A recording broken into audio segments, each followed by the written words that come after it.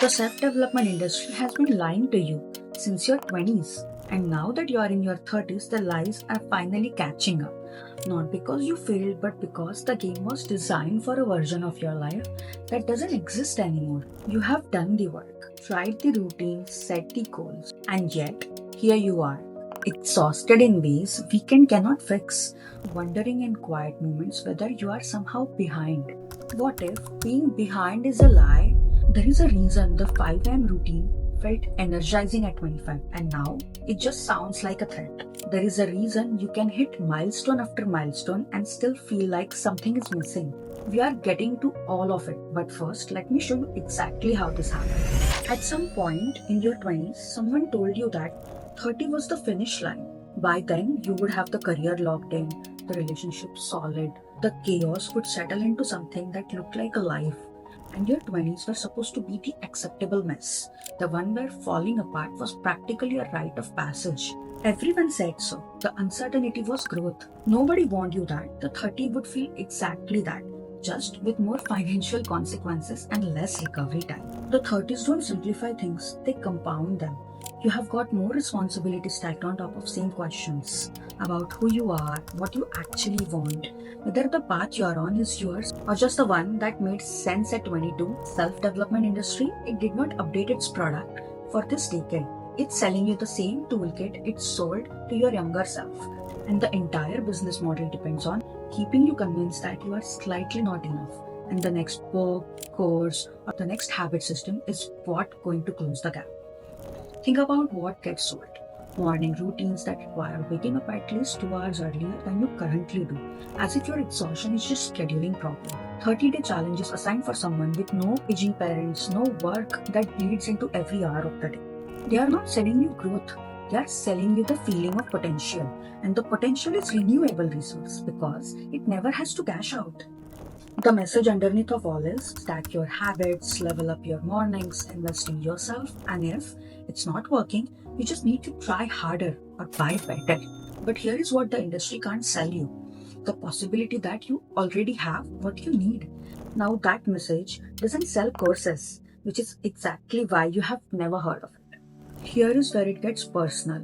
You have real things that were supposed to matter: the promotion, the apartment upgrade, maybe the relationship, the move to the better city, and you felt it for about 3 days, maybe a week, and then life just resumed at the same frequency it was running before. The goalposts didn't disappear when you crossed them, they moved. They always move. That's not a failure of your ambition. That's architecture of system that requires you to keep wanting. Now, psychologists call this the hedonic treadmill, the idea that human beings are remarkably stubbornly good at returning to a baseline level of satisfaction regardless of what changes in their external circumstances. The raise, the house, the milestone, you adapt. The high fades and the next want appears. And in your 30s, unlike your 20s, you have enough data to actually see this pattern happening. You have lived through enough cycles to notice that the thing you are chasing today looks suspiciously like the thing you chased 3 years ago. Different label, same empty feeling at finish line. That recognition isn't depression, that's clarity. And clarity is the beginning of something actually useful. And then social media in your 30s hit differently because stakes are different. In your 20s, you were comparing aspirations. In your 30s, you are comparing outcomes, real ones. The people you went to school with aren't posting about their potential anymore. They're posting the house, the promotion, the business launch, the family, and none of it shows the argument that happened before the photo. The debt that funded the trip, the identity crisis that quietly running underneath the polished exterior. You are getting everyone's highlight reel while living inside your own unedited cut. You are not behind, you are just the only person in the room watching the actual version of life instead of the curated one. The comparison isn't the problem, by the way. The comparison is human. The problem is what it's being compared against. You have been measuring your interior life against someone else's exterior, and that measurement will never ever come out in your favor. Not because you're lacking, but because you're using the wrong ruler. Here is the thing: nobody in self help space is going to put out on a course landing page. Real growth in your 30s is not about adding more, it's about subtracting what was never yours to begin with, what was never worked in your favor.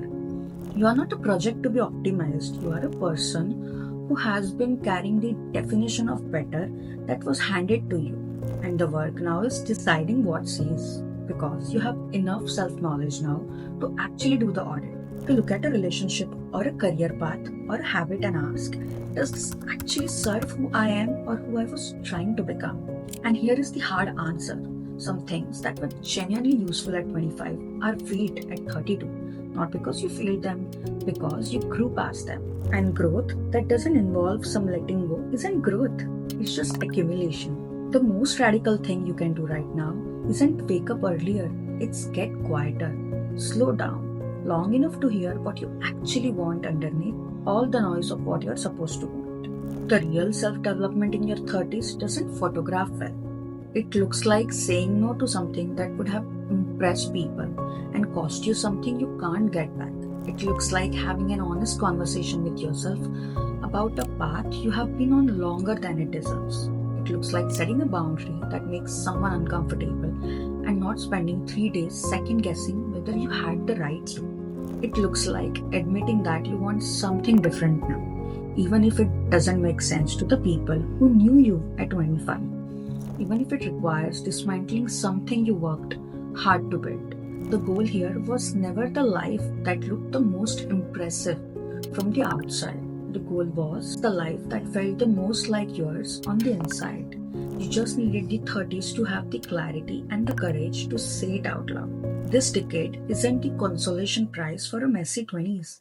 It's the first time you have enough data, enough self awareness, and enough patience for nonsense. That patience you didn't ask for, but definitely earned. Not the Instagram version, not the version that fits neatly into a morning routine, the version that's complicated and unfinished and genuinely yours. Now stop trying to win the race you didn't choose.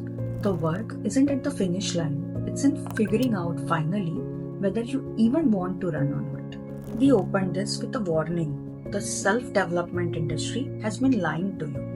And now you know what the lie was. Not that growth isn't possible, but that the version being sold to you was built for a decade you already left behind. If any part of this hits something you have been carrying quietly, drop a comment. Tell me what you're ready to subtract because this conversation is just getting started. Hit like if this was the video you didn't know you needed today. Subscribe because the work we are doing here goes deeper every week and you are exactly who this channel is for. Comment subtracting below. Tell me one thing you're ready to let go of this decade. Like if the milestone trap section changed how you see your own goals.